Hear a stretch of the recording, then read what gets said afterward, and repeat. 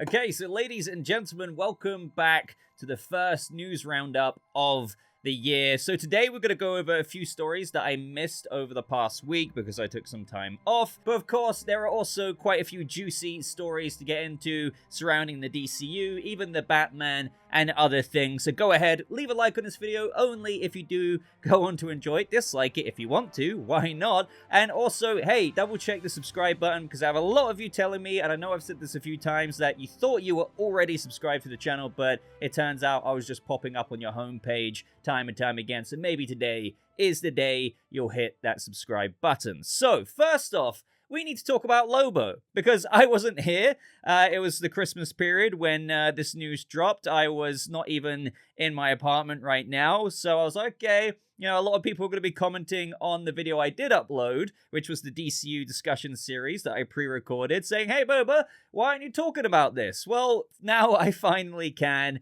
And honestly, Jason Momoa being cast as Lobo in Supergirl Woman of Tomorrow, I think we can all agree, was the most obvious thing that we were just waiting to be announced. Quite literally. You know, I've seen a lot of people say, like, the worst kept secret. It kind of really is. It takes us back to that video. There was actually 2 videos that Jason Momoa uploaded in the past couple of years. There was that one where he's, like, freaking out. There was that other one where he left Warner Brothers. He literally, like, tagged it DC, Warner Brothers. He thanked James Gunn, Peter Safran, and David Zaslav, and then finally here, we actually have it officially confirmed. Now, the question is, what role will Lobo play in Supergirl Woman of Tomorrow? This has actually been something we've been speculating about for a long time, because again, we kind of thought this could have been coming. There is a few options that they can do. I think no matter what, by the way, Jason Momoa's Lobo in the film won't be like a huge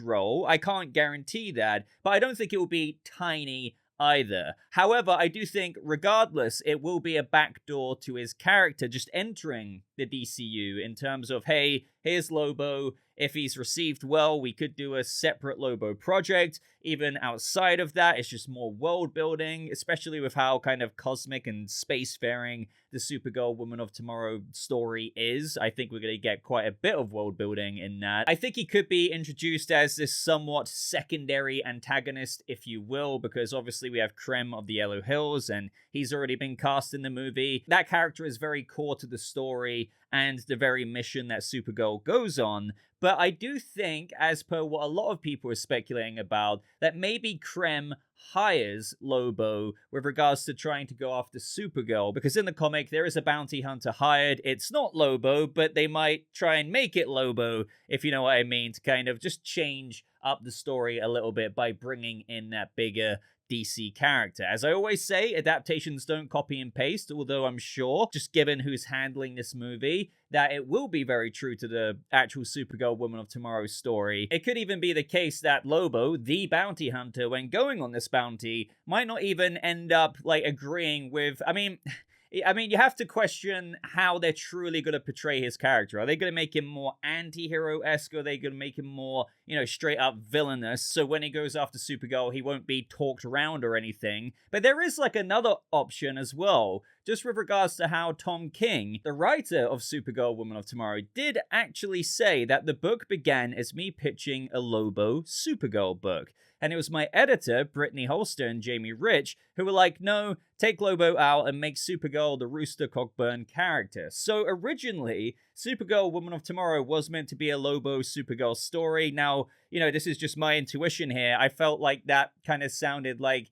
not like a buddy cop kind of thing, but these two characters like Lobo, the bounty hunter, and Supergirl, who aren't exactly on paper going to be best buds or anything or get along well, but they would have gone on this adventure where it would have introduced that interesting dynamic. Now, I'm not saying that is going to be in the Supergirl Woman of Tomorrow movie as it currently stands, but what I am saying is that I wouldn't be surprised if Lobo gets hired for this contract, but he doesn't exactly fulfill it because he learns the real story about things. Or maybe, for all we know, Ruthie and Supergirl could pay him even more money to go after Krem or help them out. I don't know. Like, my speculation is all over the place, but I think his role will be to that extent. His character will be introduced as a bit of a secondary antagonist. Whether he kind of ends up that way or whether there's this kind of peace that's made between Supergirl, Ruthie, and Lobo is another question. However, of course, I still expect quite a bit of action, especially in their first encounter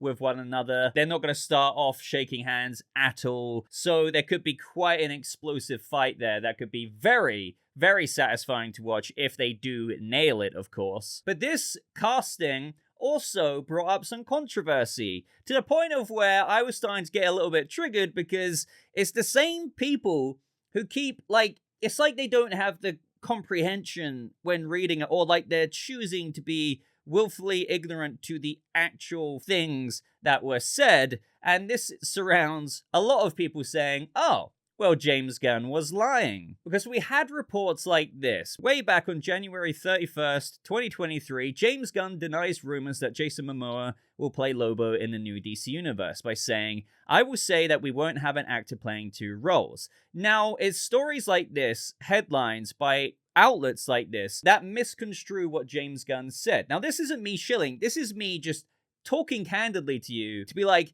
read what James Gunn said, and then read what this outlet said. James Gunn did not deny that Jason Momoa would play Lobo in the new DC Universe. Where did he say that, film updates? He didn't say that. He just said, I will say we won't have an actor playing two different roles. So what tends to happen when you have outlets like this interpreting it by saying something like James Gunn denies Jason Momoa will play Lobo through extrapolating that from a quote in where he didn't say that, you have that sink in people's minds for like the next year or two as though that was what was actually said, when that's not the case. And now I'm seeing loads of people online, even mutuals of mine, saying that, oh, well, see, here's a lie.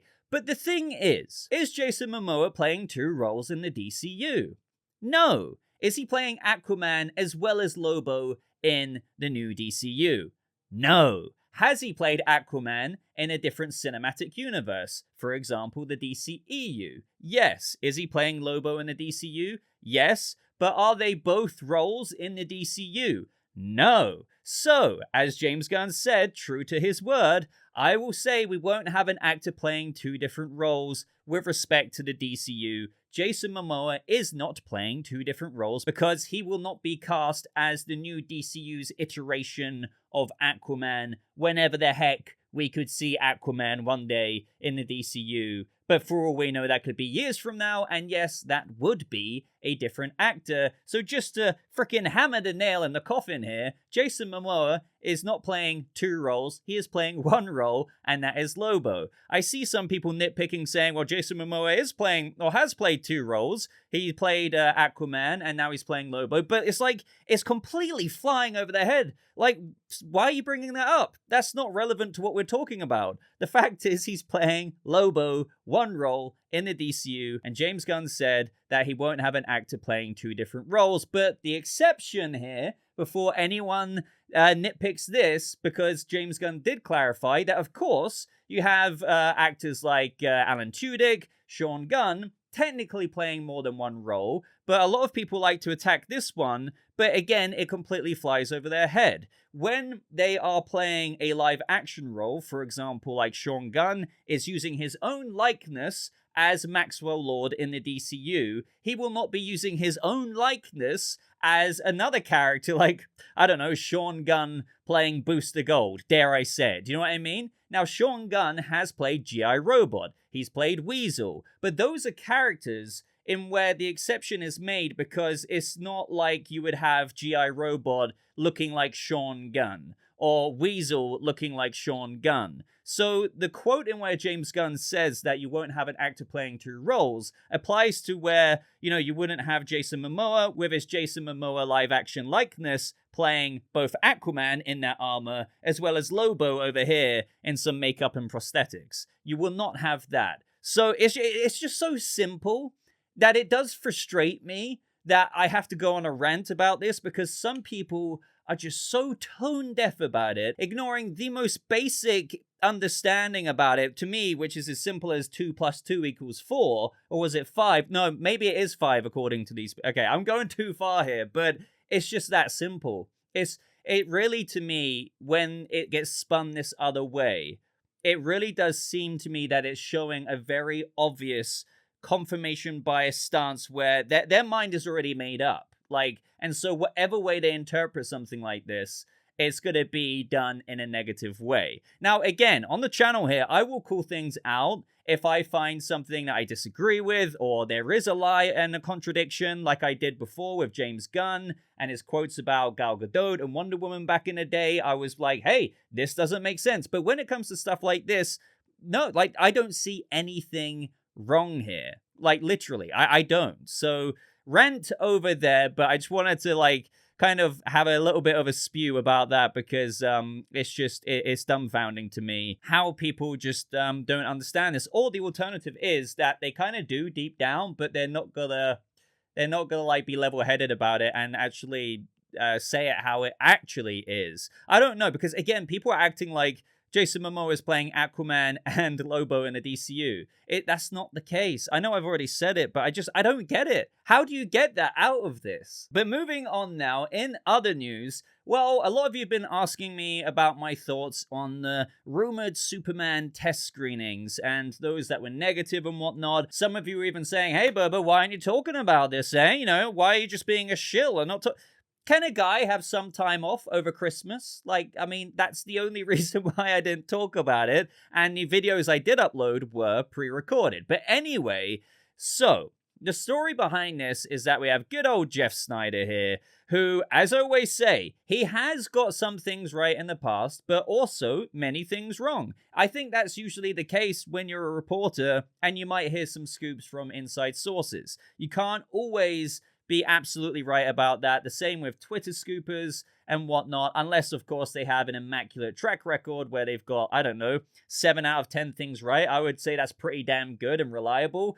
But some are more like they've got 3 things right, but still 7 things wrong in the past year. Do you know what I mean? That's the way I kind of view this. So he said on the Hot Mic podcast with John Roker there, I went to dinner with a source who knew multiple people who had seen Superman. The buzz is not good. It's not me trying to take the movie down. Maybe I misphrased the VFX things. I'm hearing bad things. I'm hearing you should be worried things. Now, there's a lot of time between now and July 11th. A lot of things could happen. Sounds like James Gunn is aware of some of the feedback. And so you had a lot of people online being like, oh my God, that means Superman's really bad. You know, word around the street is that it's really, really bad behind the scenes.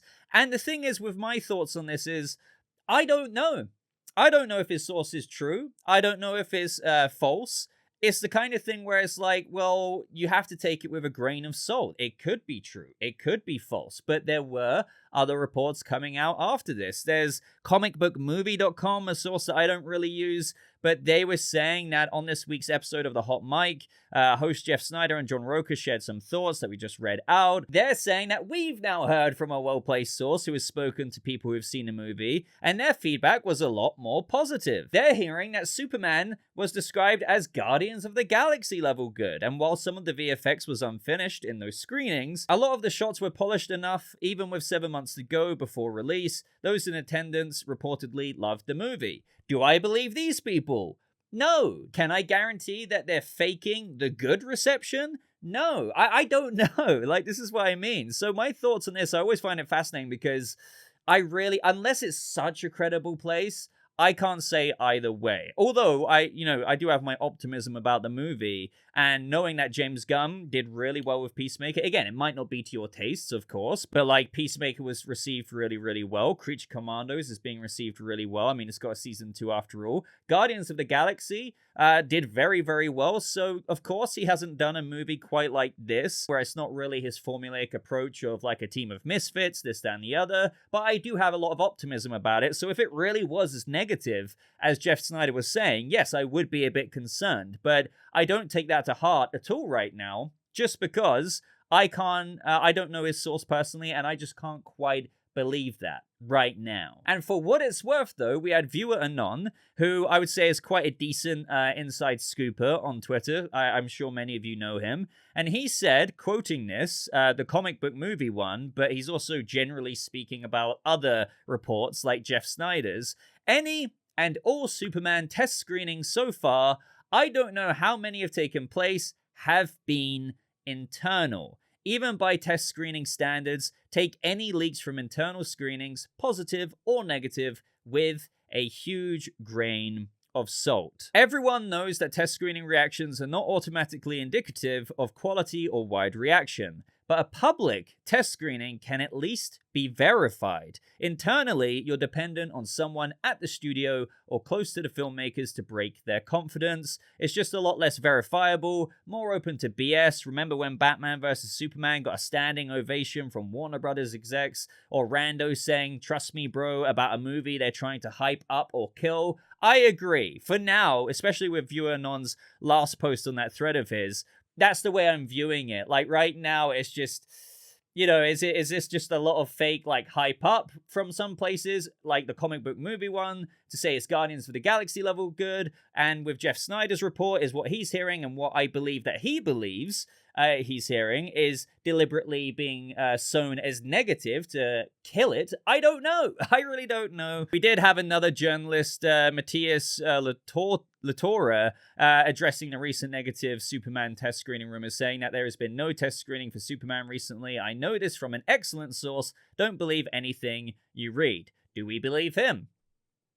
You know what I'm going to say? I don't know. So for now, ladies and gentlemen, those are my thoughts on that. My thoughts on test screenings that I can't personally verify are really negative or actually really good is always going to be, I don't know, unless it comes from like a major trade, like the Hollywood Reporter, let's say, put something out saying, look, we're so confident about this, we actually heard it, like we can't say our source, but let's just pretend it was Peter Safran himself just bitching to the Hollywood Reporter, and they're that confident about it because they've got him on like a voice recorder saying something, even though he would never do that, but just excuse my example here. That would be the case where I'm like, okay, this is a bit sketchy. You have Deadline, Hollywood Reporter, Variety, all saying that there is a lot of anxiety at Warner Brothers Discovery surrounding Gunn's internal screening that somehow leaked. But yes, I do agree. If it was a test screening that was done to the public, they're usually a lot easier to verify from insiders and scoopers. Internal ones, though, you would have to have an insane source that was in that room, allowed to be in that room, and betrayed the confidence of an internal test screening that if you're there in the first place, you're probably a person who wouldn't betray that confidence because it would be a very select few people at an internal screening. So take this as what you will. For now, guess what? I'm not worried. But I guess watch this space. Now, in other DC news from James Gunn here, these are some juicy little tidbits, I would say. We had that whole thing about The Brave and the Bold being delayed because there was this translation from Andy Muschietti going on a podcast saying that, he's got this opportunity to film a movie in between doing Brave and the Bold, so it kind of sounded like maybe it was postponed a little bit, but I was kind of saying alongside a lot of other people that, you can't really delay a movie if it never had a green light yet, it's not got a release date or anything like that, but I do get the nuance of the situation in where maybe, Andy was thinking that things would be tackled a bit sooner, but now, I have like all this free time to the point of where I could probably like do a whole other movie, so in his own interpretation, he feels like, compared to when he thought he would be tackling the DCU Batman movie, it's been pushed back a little bit in terms of the priority of actually getting into pre-production for that project. So we have Gunn here, though, answering this recent rumbling, saying, A, The Brave and the Bold hasn't been delayed, so I'm not sure what you're talking about, and B, Matt didn't lie, he said they were finishing the script, and he's not finished, right? And that's just to do with some other things we were talking about the week before last. So The Brave and the Bold hasn't been delayed. Take that as what you will. I guess, the way to look at this, if you want to read between the lines, is that The Brave and the Bold, as I've always been saying, just intuitive to me, and, the initial DCU project lineup, although that was never set in stone, because, for example, Waller was meant to come out before Peacemaker Season 2, projects have shuffled around, but clearly with Creature Commandos, Superman, now we have Lanterns and Supergirl gearing up very, very soon. We've got a Clayface movie, which has been kind of shoved in here. Brave and the Bold is still, like, arguably quite a while away. And with Andy's comments on that podcast, yeah, it's probably like, it's not being done like anytime soon because, we need to see how Superman goes to continue on other projects, even though they're already tackling Lanterns and Supergirl. They've got Peacemaker Season 2 to release. All of this stuff. Hey, yeah, I could probably squeeze in a movie here before we really, really get that ball rolling on The Brave and the Bold. So that's the way I look at that. So technically, there hasn't been any delay for the DCU Batman. Now, the next DCU tidbit surrounds the DCU's Flash and whatever could be going on there one day. Because it's not like we were getting a Flash project anytime soon. So we have this user saying, is Clayface officially the third DCU film? Why didn't you choose to do a more prominent character first, like Flash or Wonder Woman? And notice how he doesn't actually answer about Wonder Woman here. But either way, Flash, he says, because of the #1 rule here at DC, no movie will be greenlit before the script is ready. And Flanagan Films, Mike Flanagan's script was ready. And as for the Flash, we're holding a beat on development. So some people were taking that to mean, oh, was there like something in development with the Flash for the DCU, but they're holding it back now? No, I really wouldn't read it like that at all. He's just saying when it comes to the character of the Flash in the DCU, technically any character could be in development one day, but as for this character, the Flash, we're holding a beat on development. We're kind of putting him back here because, well, we don't really want to pursue anything with him right now. It doesn't mean we won't one day. And why would they be holding a beat on development of any future DCU Flash project? Well, I think that answer is fairly self-explanatory, just in terms of how, given how the Ezra Miller Flash movie did, whether you personally really liked it or not, it wouldn't be so wise as one of your first DCU projects to come out in 2026 next year, or like gearing up for the fall, or like 2027 to be another stab at the Flash. Some of you may be like, but I love the Flash. He's one of my favorite DC characters as well. But from a business perspective, again, whether you like or hate the movie, it's just not something you would exactly go gung-ho about in terms of development. You would try and prioritize these other projects that you think would probably do a bit better while trying to let the brand, if you will, of that character heal a little bit in the background before reintroducing him. Now, this doesn't mean that we wouldn't see, I don't know, Kid Flash Wally West in a Titans project that's potentially cooking in the background from Ana Nogueira, the writer of Supergirl Woman of Tomorrow. We're gonna have to wait and see. But as for like a fully fledged independent Flash DCU project, such as a movie, yeah, we probably won't see that for a number of years. And years, maybe. Now, another little teeny tiny tidbit here from the Creature Commandos Future Vision, where we saw all of those DCU characters like Wonder Woman, Superman, Supergirl. We had, Starfire there, Damian Wayne in the background. Well, there was another one which didn't actually quite make it, even though we've got some confirmation here of that this character was actually Judo Master. You see Peacemaker there, Vigilante, as we could clearly make out in the vision. But they also were thinking of putting Swamp Thing in there. This is from Dusty Abel saying, Cersei's Nightmare Vision included quite a few casualties. I thought, or put in a Swamp Thing, but he didn't make it into the final episode, or he survived the experience, depending on how you look at it. Now, there's not really too much to read into here because, is this what Swamp Thing's going to look like in the DCU James Mangold Swamp Thing movie? Probably not. It's the same thing with all the other characters. They look like, as James Gunn said, he had an idea for some of them that they will probably look like that in terms of the live-action DCU, but overall it's a well-educated guess. And to me, this is Swamp Thing. Like, that looks like Swamp Thing to me in an animated format.